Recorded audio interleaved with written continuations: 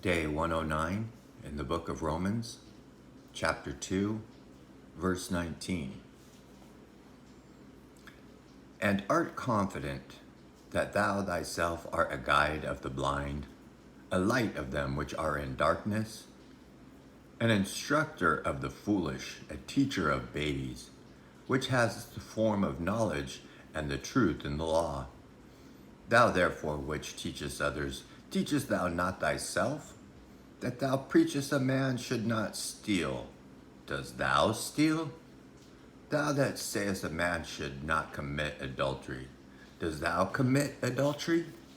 Thou that abhorrest idols, dost thou commit sacrilege? Thou makest thy boast of the law. Though breaking the law, dishonorest thou God? For the name of God is blasphemed among the Gentiles through you, as it is written. For circumcision verily profiteth, if thou keep the law. But if thou be a breaker of the law, thy circumcision is made uncircumcision. Therefore, if the uncircumcision kept the righteousness of the law, shall not his uncircumcision be counted for circumcision? And shall not uncircumcision, which is by nature, if it fulfill the law, judge thee, who by the letter and the circumference does transgress the law? For he is not a Jew, which is one outwardly, neither is that circumcision, which is outwardly in the flesh. But he is a Jew, which is one inwardly, and circumcision is that of the heart, in the spirit, and not the letter, who praises is not of men, but of God. Chapter 3. What advantage then hath the Jew, or what profit is there of circumcision? Much every way, chiefly because that unto them were committed the oracles of God. For what if some did not believe? Shall their unbelief make the faith of God without effect? God forbid ye. Let God be true, but every man a liar, as it is written, that thou mightest be justified in thy sayings, and mightest overcome when thou art judged. But if our unrighteousness commend the righteousness of God, what shall we say? Is God unrighteous who taketh vengeance? I speak as a man. God forbid. For then how shall God judge the world? For if the truth of God hath more abound through my lie unto his glory, why yet am I also judged as a sinner? And not rather as we be slanderous reported, and as some affirm that we say, let us do evil, that good may come? Whose damnation is just? What then? Are we better than they? No, in no wise. For we have before proved both Jews and Gentiles that they are all under sin. As it is written, there is none righteous, no, not one. There is none that understandeth, there is none that seeketh after God. They are all gone out of the way, they are together become unprofitable. There is none that doeth good, no, not one. Their throat is an open sepulchre. With their tongues they have used deceit. The poison of asps is under their lips, whose mouth is full of cursing and bitterness. Their feet are swift to shed blood. Destruction and misery in their ways, and the way of peace have they not known. There is no fear of God before their eyes. Now we know that what things soever the law saith, it saith to them who are under the law, that every mouth may be stopped, and all the world may become guilty before God. Therefore, by the deeds of the law there shall no flesh be justified in his sight. For by the law is the knowledge of sin.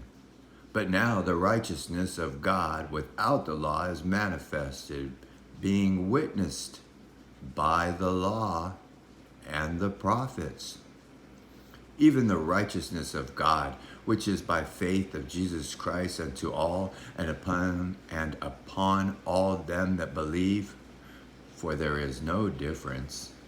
For all have sinned and come short of the glory of God, being justified freely by his grace through the redemption that is in Jesus Christ, whom God has set forth to be a propitiation through faith in his blood, to declare his righteousness for the remission of sins that are past through the forbearance of God.